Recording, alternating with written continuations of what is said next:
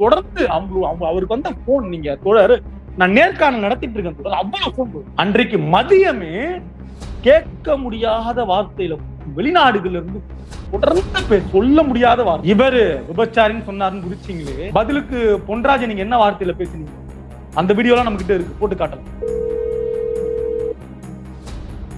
11 கட்டுமே ஜோக்கரா என்னப்பா பண்றது அப்படின்னு ஒரு காமெடி வரும். எல்லாமே ஜோக்கரா இருக்கு. அந்த மாதிரி ஒரு ஜோக்கர் பட்டாளத்தை வச்சுட்டு இந்த நாட்டை, பெண்களை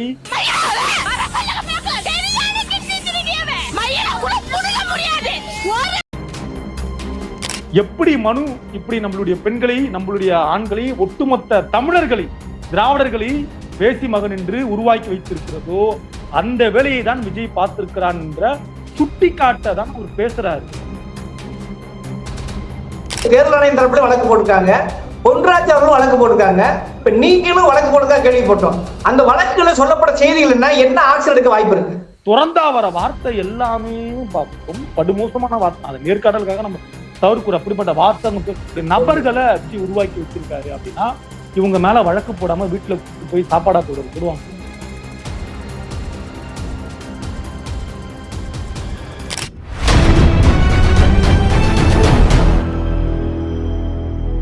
அறக்கழகம் பார்வையாளருக்கு வணக்கம். இன்று நாம் சந்திக்கிற அரசியல் விமர்சகர், ஊடகவியலாளர் திரு தமிழ்மாறன் அவர்கள். வணக்கம். வணக்கம். வணக்கம்.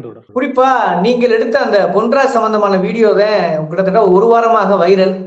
அவருக்கே நெருக்கடினா அதை எடுத்த உங்களுக்கு என்ன மாதிரி நெருக்கடிங்கிறது அநேகமாக ஊடகங்கள் அறியாத ஒரு ரகசியம் நினைக்கிறேன். அதற்கிடையே நேற்று வேட்பாளர் மனு தாக்கல் பண்ணியிருக்காரு. அது சொத்து விவரங்கள்லாம் பாத்தீங்கன்னா குளறுபடியா இருக்குன்னு, கிட்டத்தட்ட 600 கோடிக்கு மேல இருக்குது. 600 கோடி மட்டும்தான் சம்பாதிச்சாரா அப்படிங்கிற ஒரு கேள்வியிலும் இயல்பா எழுது.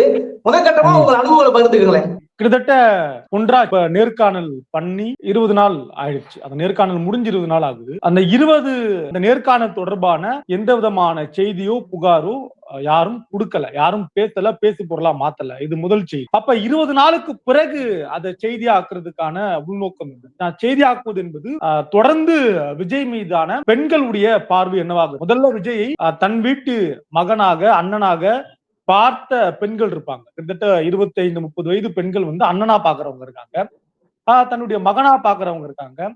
இன்னும் ஒரு சில பெண்கள் கிட்டத்தட்ட நமக்கு ஒரு பிடித்தமான நடிகர், தலைவர்னு கூட பாக்குற பெண்கள் இருக்காங்க. இவங்க எல்லாருடைய கனவையும் தவிடி பொடி ஆக்குனதுல 25% பங்கு என்பது விஜயுடைய மனைவி திரு சங்கீதா அவர்களுடைய பங்கு 25%. ஆனால் மனைவி அப்படிப்பட்ட ஒரு புகாரை கொடுத்த பிறகு அதை 100% ஊர்ஜிதப்படுத்தியதின் பங்கு என்பது விஜயுடைய பங்கு. அப்ப 25 என்பது 75% மாறிடுச்சு. இப்ப இது வரைக்கும் சிக்கல் கிடையாது. இந்த செய்தி வந்த பிறகு நம்ம அடுத்த நேர்காணல் நம்ம போக்குறப்ப இப்படியெல்லாம் சொல்றாங்களே, மனைவி குற்றச்சாட்டு வைக்கிறாங்க திரு விஜய் மேல அப்படின்னு சொன்னதுக்கே நம்மள திட்ட ஆரம்பிச்சாங்க. விஜய் அண்ணனை பத்தி உங்களுக்கு என்ன தெரியும்? ஒருவேளை அவங்க மனைவிய திமுக இயக்கிருக்கலாம் இல்லையா? ஒருவேளை விஜய் மனைவி விஜய புரிஞ்சிக்காம நடந்துக்கலாம் இல்லையா? ஒருவேளை தேர்தல் சமயம்ன்றதுனால மனைவி அவங்க விஜய பழி வாங்கலாம் இல்லையா? திமுக அவங்க மனைவி சங்கீதாவை முழு கட்டுப்பாட்டுல எடுத்துருக்கலாம் இல்லையா? திமுக அவங்க மனைவி சங்கீதாவுக்கு அறிவாலயத்திலேயே இடம் போட்டு கொடுத்துருக்கலாம் இல்லையா? திமுக அவங்க மனைவி சங்கீதாவுக்கு அன்பகத்துல இடம் போட்டு கொடுத்துருக்கலாம் இல்லையா? அப்படின்னு பனையூர், நீலாங்கரை விஜய்க்கு இருக்க 10 வீட்டை தவிர 10 வீடுன்னு அவர் சொல்றாரு. அதை தவிர மீது எல்லா இடத்துலயுமே திமுகவுடைய பங்கு இல்லையா? இந்த 10 வீட்டையுமே விஜய்க்கு ரியல் எஸ்டேட் புரோக்கர் பண்ணி எழுதி வச்சது திமுக இல்லையா அப்படின்னு இப்ப சொல்லுவாங்க. அது நடக்க போகுது. கிட்டத்தட்ட அவங்க அப்படிதான் பேசிட்டு வந்தாங்க. அப்ப நம்ம அது சம்பந்தமா நம்ம கேட்கிறப்ப ஒரு பெண், இங்க குறிப்பா ஒரு கல்லூரி மாணவின்னு நான் நினைக்கிறேன், அந்த மாணவி, நாங்க விஜய்க்கு தங்கச்சியா இருப்போம், அக்காவா இருப்போம், ஏன் பொண்டாட்டியாவும் இருப்போம் அப்படின்னு நம்ம சொல்லல, அவங்க சொன்னாங்க. இப்ப பொண்டாட்டியா இருப்போம் அப்படின்னா என்ன அர்த்தம்? திருமணம், திருமணத்திற்கு பிறகு உறவு, உறவுக்கு பிறகு பிள்ளைகள் பெற்றிருப்பதுதான் நம்முடைய திருமண முறை. அதுதான் கல்யாணம் ஆகிட்டு புள்ள பத்துக்கலாம் என்ன சொல்லுவாங்க நம்ம ஊர்லன்னு எல்லாருக்கும் தெரியும். அது ஒரு பெரிய அவப்பெயர். அப்ப நாங்க பொண்டாட்டியாவே இருப்போம் அப்படின்னு யாரு சொல்றாங்கன்னா, விஜய் அவர்களுக்கு கல்யாணமாகி இப்ப ஒரு வழக்கு வந்திருக்கு விஜய் மேல, மனைவி குற்றச்சாட்டு வைக்கிறாங்கன்ற நேரத்துல ஒருத்தவங்க சொல்றாங்க அப்படின்னா இந்த பெண் எப்படிப்பட்ட பெண், இந்த பெண்ணோட வளர்ப்பு எப்படிப்பட்ட வளர்ப்பு, அப்பாவும் அம்மாவோ இல்ல அண்ணனோ இந்த பெண்ணை எப்படி வளர்த்திருக்காங்க. இந்த பொண்ணு அப்படி பேசின உடனே வீட்டுல கூட்டு செவில்ல பலான்னு ஒண்ணு வச்சு பெண்கள் அடிக்க கூடாது, நம்ம கவனமா நடத்தணும், அதெல்லாம் தாண்டி அப்பாவுக்கோ அண்ணனுக்கோ அம்மாவுக்கோ அந்த உறவு உரிமை இருக்கு இல்லையா, தப்பா பேசினா என்ன பண்ணுவாங்க, கொஞ்சுவாங்களா? நான் இன்னொருத்தனுக்கு பொண்டாட்டியா போறேன்னா உதைப்பாங்களா மாட்டாங்க. அப்ப இப்படிப்பட்ட பெண்ணை இந்த சமூகம் என்னவாக பார்க்கும்? ஒரு பேச்சுக்கு விஜய்க்கு ஒரு பொண்ணு இருக்கு, அந்த பொண்ணு நான் இன்னொரு நடிகருக்கு நான் மனைவியா போக சம்மதம், கவலைப்படாதீங்க அப்படின்னு விஜயோட பெண் சொல்லி இருந்தால் இவங்க வானத்துக்கும் பூமிக்கும் குதிச்சிருப்பாங்க இல்லையா? நம்ம இதைத்தான் நியாயமா நான் ஒரு நெறியாளரா அந்த கேள்வி நான் கேட்கிறேன். ஐயா இந்த மாதிரி பேசியிருக்காங்களே அப்படின்றப்ப திரு பொன்ராஜ் அவர்கள் இருந்த இடம் உயரம் இருக்கு பாருங்க, அதுதான் மிகப்பெரிய உயரம். நீங்க இந்தியாவுடைய உயரம் என்ன அப்படின்றத இன்றைக்கு ஈரானும் இஸ்ரேலும் நாடுகள் போர் நடத்துறப்ப நமக்கு தெரியும் இந்தியாவோட உயரம் என்ன. இந்த இடத்திற்கு இந்தியாவை கொண்டு போய் வைத்ததில் பெரும் பங்கு முன்னாள் குடியரசுத் தலைவர் திரு அப்துல் கலாம். அப்ப திரு அப்துல் கலாமோடு உடனிருந்து பணியாற்றியவர் உதவியாளராக இருந்தார்னா அவருடைய உழைப்பு, அல்லும் பகலும் இந்த நாட்டிற்காக உழைத்த ஒரு நபரோடு இவரும் சேர்ந்து உழைக்கிறார். நம்ம சொல்லுவோம் பெரியாராக வாழ்வது கூட சுலபம், ஆனால் பெரியாரோடு வாழ்வது கடினம். அது எவ்வளவு பெரிய கடினமான வேலை. இந்த தமிழையும் தமிழ்நாட்டையும் தமிழர் பண்பாட்டையும் காப்பது பெரியாருடைய பொறுப்பு. தமிழையும் தமிழ்நாட்டையும் தமிழர் பண்பாட்டையும் பெரியாரையும் சேர்த்து காப்பது அன்னை மணி அம்மையாரோட பொறுப்பு. அப்ப கூட இருக்கிறது பெரிய வேலை. அந்த வேலையை பார்த்தவர் முன்னாள் குடியரசுத் தலைவர் அப்துல் கலாமுடைய உதவியாளர் திரு பொன்ராஜ். அவர் மீது அடுக்கடுக்கா சமூக வலைத்தளங்கள்ல தொடர்ந்து சொல்ல முடியாத வார்த்தை. இவரு விபச்சாரின்னு சொன்னாருன்னு குதிச்சிங்களே, பதிலுக்கு பொன்ராஜ் நீங்க என்ன வார்த்தையில பேசுனீங்க? அந்த வீடியோலாம் நம்ம கிட்ட இருக்கு, போட்டு காட்டலாம். என்னென்ன வார்த்தை பேசுனீங்க, என்ன உருவகேலி பண்ணீங்க, அவருக்கு என்ன போஸ்டர் அடிச்சு நீங்க ஒட்டினீங்க, அதெல்லாம் இருக்குல்ல, அதெல்லாம் நம்ம பொதுவெளியில் நம்ம பேச முடியுமா? அப்ப ஒருத்தர் தன்னோட வாழ்க்கையில இவ்வளவு இந்த நாட்டிற்காக உண்மையாகவே உழைத்த ஒரு நபர் சொல்றாரு, நாங்க இந்த நாட்டு மக்களுக்காக உழைச்சோம், இந்த இளைஞர்களுக்காக, இந்த பெண்களுக்காக, இந்த மாணவர்களுக்காக உழைத்து நாங்கள் இந்த நாட்டை முன்னேற்றி கொண்டு வந்திருக்கிறோம். ஆனால் இவர்கள் எல்லாம் இப்படி சினிமா நடிகர் பின்னாடி ஒரு பொறிக்கு பின்னாடி போய் நிக்கிறாங்களே என்ற மனவேதனையில் அவர் பேசிய அந்த வார்த்தை இருக்கு இல்லையா, அந்த வார்த்தை உள்ளபடியே தவறாக இருந்தாலும் நம்ம எடுத்துட்டு விட்டுட்டு ஓட முடியாது. எஸ், தவறான வார்த்தை அப்படின்னா இந்த மாதிரியான பொம்பளைங்களுக்கு பொண்ணுங்களுக்கு தமிழ்ல என்ன வார்த்தை? நீங்க தமிழ்ல இருக்க சொல்லாடல் விபச்சாரி என்ற சொல்லாடல் எடுத்து தூக்கி போட்டீங்களா? நீங்க தேவரடியால் என்ற சொல்லாடல் தெவடியாளா மாத்தி கொண்டு வந்து வச்சீங்களா? தூக்கி நீங்க போட்டீங்களா? நீங்க தந்தை பெரியார் மேடையில பேசும்போது இதே சொல்லாடலை பயன்படுத்துறாரு. என்னன்னு பயன்படுத்துறாரு? நம்மள இன்னைக்கு சூத்திரனாக, வைப்பாட்டி மகளாக, தெவடியாவளாக வச்சிருக்கிறது யாரு? பார்ப்பனர்கள் எழுதிய வேதம். அப்படி இருக்கு. அதைத்தான் இங்க விஜய் பண்ணி எப்படி மனு இப்படி நம்மளுடைய பெண்களை, நம்மளுடைய ஆண்களை, ஒட்டுமொத்த தமிழர்களை, திராவிடர்களை வேசி மகன் என்று உருவாக்கி வைத்திருக்கிறதோ அந்த வேலையை தான் விஜய் பார்த்திருக்கிறான் என்ற சுட்டி காட்டதான் அவர் பேசுறாரு. உடனே அவருக்கு தொடர்ந்து அன்னைக்கு முழுக்க மன உளைச்சல். நான் அவரை சந்திக்கிற அவங்க வீட்டு அம்மா உட்பட ரொம்ப மன வருத்தம். முதல்ல என்ன கோவப்பட்டாங்க, என்ன இப்படி நீங்க இப்படி பண்ணிட்டீங்களே, இப்படி ஆயிடுச்சு இந்த விஷயம் அப்படின்னு தொடர்ந்து அவங்க வருத்தம் தெரிவிக்கிறாங்க. தொடர்ந்து அவருக்கு வந்த போன், நீங்க தோழர் நான் நேர்காணல் நடத்திட்டு இருக்கேன், அவ்வளவு போன் போடுது. அன்றைக்கு மதியமே கேட்க முடியாத வார்த்தையில வெளிநாடுகள்ல இருந்து அடுத்து நமக்கு போன். நம்ம என்ன பண்ணுவோம், 2 கால் அட்டன் பண்ணும், அடுத்து போய் சைலண்ட்ல போடு. 4:30 மணிக்கு போன் சுவிட்ச் ஆஃப் ஆயிடுச்சு. மறுநாள் திருப்பி காலைல 8:30 மணிக்கு போய் சார்ஜ் போடுறோம், மறுபடியும் போன். நேத்து பெரம்பூர்ல விஜய் பிரச்சாரம் பண்றாரு. நேத்து நான் ஸ்டேட்டஸ் எடுத்து போட்டேன், விஜயோட பையனுடைய ஒரு மீம்ஸ் ஒன்று இருக்கும், இன்னுமா நீங்க எங்க அப்பா நம்புறீங்க அப்படின்னு போட்டு அந்த மீம்ஸை போட்டு ஒரு பாட்டு போட்டேன். அதுக்கு உடனே அடிக்கிறானுங்க மறுபடியும். இதெல்லாம் நேற்று வரைக்கும் நடந்தது. உள்ளபடியே நம்ம மானம் அவமானத்துக்கு பார்த்து வாழ்ற மனிதர்களாக இருந்தால் இவங்க மேல கடுமையான நடவடிக்கை எடுக்கலாம். அவர் இப்ப வழக்கு கொடுத்திருக்காரு, பொன்ராஜ் அவர்கள் வழக்கு கொடுத்திருக்காரு. வழக்குல தெளிவா இருக்கு. திரு விஜய் அவர்கள் கொடுத்த வழக்குன்றது மொட்டைப்படிச்சு. யாரோ ஒரு சூதாடி, திமுகவுடைய சூதாடி யாரோ யாரோ யாரும் தான் அவரு கொடுத்திருக்காரு. பிறகு அவர் அதை ட்விட்டர்ல இருந்து எடுத்துட்டாரு, தெளிவா போடல. பொன்ராஜ் அவர்கள் இந்த வலைக்காட்சியில இந்த நிமிடத்துல இதை பேசினாரு அப்படின்னு போடாம மொட்டை பெட்டிஷனா திமுகவுடைய கைக்குள்ளி யாரோ யாரோ யாரோ யாரையோ யாரோ திட்டிருக்காங்க. அந்த யாரோ யாருன்றத இவரு கண்டுபிடிக்கணுமா? டிஜிபி ஆபீஸ்ல கம்ப்ளைண்ட் கொடுத்திருக்காருன்னா இந்த தற்கூரி. அதாவது எனக்கு என்னன்னா, நீங்க பருத்திவீரன் படத்துல நம்ம அண்ணன் தக்லஸ் தான் அந்த கேரக்டரை பண்ணும்போது சொல்லுவாரு, ஏன்பா 11 கட்டுமே ஜோக்கரா என்னப்பா பண்றது அப்படின்னு ஒரு காமெடி வரும். எல்லாமே ஜோக்கரா இருக்கு. அந்த மாதிரி ஒரு ஜோக்கர் பட்டாளத்தை வச்சுட்டு இந்த நாட்டை, பெண்களை ரொம்ப ரொம்ப ரொம்ப சொல்ல முடியாத செயலை செய்ய வைக்கிற விஜயை எதிர்த்து திரு பொன்ராஜ் அவர்கள் பேசியது நோக்கம் சரியானது. அந்த வார்த்தையை பிடிச்சி நீங்க தூங்கிங்கன்னா அந்த வார்த்தையை வேணா தவிர்க்கலாம். அதுக்காக மன்னிப்பு கேட்குங்க, தவிர்க்கப்பட வேண்டிய வார்த்தை. ஆனால் சொன்ன நோக்கம் சரியானது. இப்பவும் அவங்க திருந்துற மாதிரி தெரியல. திருந்துவாங்களா அப்படின்றது நம்ம கையில கிடையாது. அவர் சொத்து பட்டியல் ஒரு பட்டியல் கொடுத்திருக்காரு. ஒரு 600 கோடிக்கு உள்ள சொத்து பட்டியல் கொடுத்திருக்காங்க. இவங்க பல முறை பேசியிருக்காங்க. நாங்க பாத்தீங்கன்னா 600 கோடி ஒரு படத்துக்கே 200 கோடி மேல வாங்க பெருமையா பேசுறாங்க. 600 கோடி கொடுத்தா ஒரு விஷயம். இன்னொரு விஷயம், அவர் மீது வழக்குகள் பாஞ்சிருக்கு. நேற்று பொதுமக்களை இடையூறு செய்ததாக சொல்ற வழக்குங்கிறது பழிவாங்க நடவடிக்கை ஆகிவிடாதா? இப்ப நீ பொன்ராஜ் வழக்கு கொடுத்துக்கான்றீங்க. இப்ப நீங்களும் வழக்கு கொடுத்து கேள்விப்பட்டோம். இதில் இந்த வழக்குகள் விஜய் மீது பாய்வது சரியா? 2 விடயம் தொடர் நான் முக்கியமா கவனிக்க விரும்புறேன். நேற்று ஆதவ் அவர்கள் இரவு பேசுகிற போது ஒரு வார்த்தையை பயன்படுத்தினார்.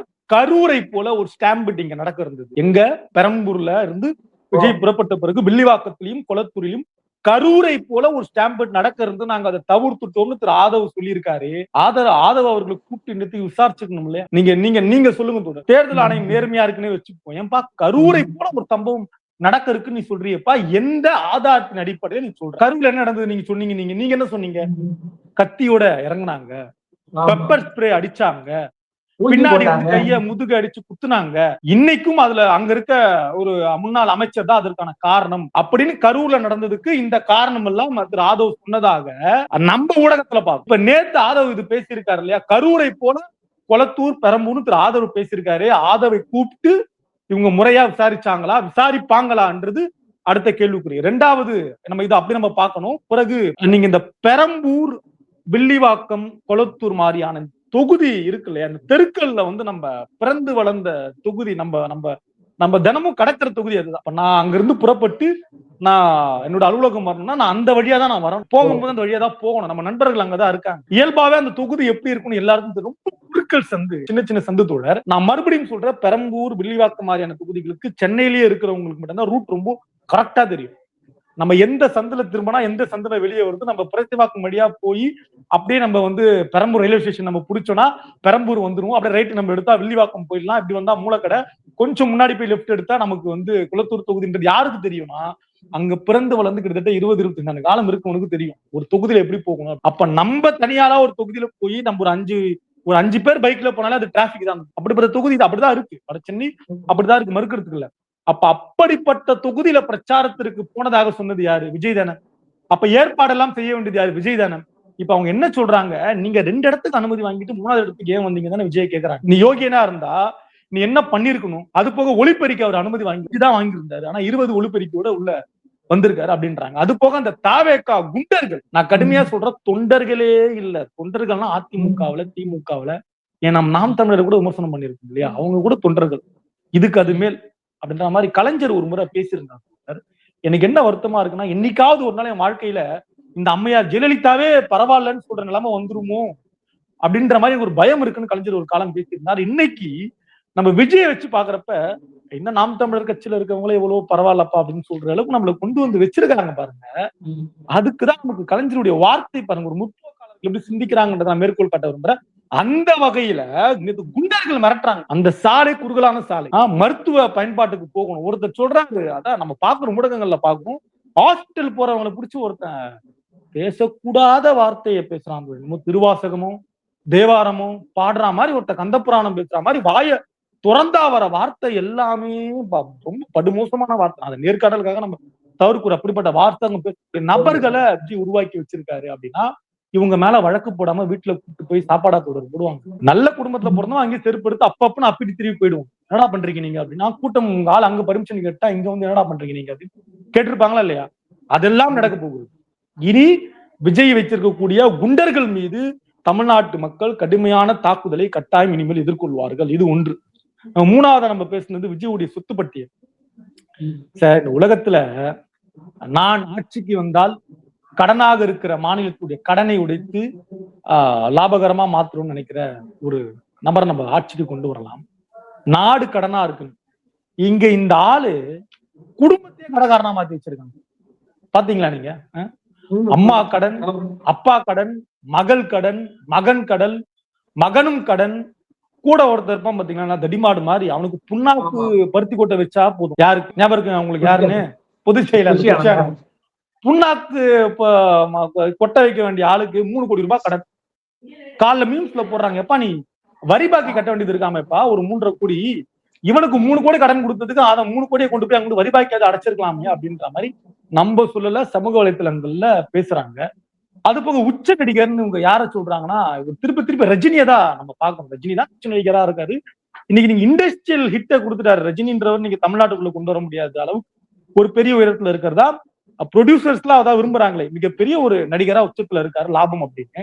இப்ப நீ என்ன சொன்ன, எங்க அண்ணன் ஒரு படத்துக்கு 200 கோடி, ஒரு படத்துக்கு 300 கோடி, மேடையில இந்த வளர்ந்து கெட்டவன் டவர் மாதிரி ஒரு 500 கோடி. அதாவது செல்போன்ல நம்ம டவரை பார்த்துருக்கோம், டவர் 3 கோடு இருக்கும் இல்லையா, அந்த மாதிரி விஜய் கூடையே கூட்டு போற ஒரு டவர் தான் இந்த ஆதவ். டவர் மாதிரி நல்லா வசதியா ஒரு ஆளை கூட கூட்டு போற இந்த ஆள் சொன்னது எங்க அண்ணன் 500 கோடி உச்சம். இப்ப நம்ம தர்க்க ரீதியா கேட்கிறோம், விஜய் ஒரு படத்துக்கு 200 கோடி அப்படின்னே கணக்கு வச்சு விஜயுடைய ஒரு 10 படங்கள் அப்படின்னா கூட 1000 கோடி, இல்ல 500 கோடி அப்படின்னு நீங்க ஒரு 10 படத்துக்கு கணக்கு வச்சீங்கன்னா 5000 கோடி. இப்ப இத்தனை கோடி இத்தனை நாள் எங்க அண்ணா வாங்கினாரு, பல கோடி வாங்கியிருக்காரு. அஜித்தை விட அதிக கோடி, ரஜினியை விட அதிக கோடி. இந்த வார்த்தையை பயன்படுத்துறதுக்கு நான் ரொம்ப தவிர்க்க வேண்டிய வார்த்தை கூட நான் சொல்றேன்.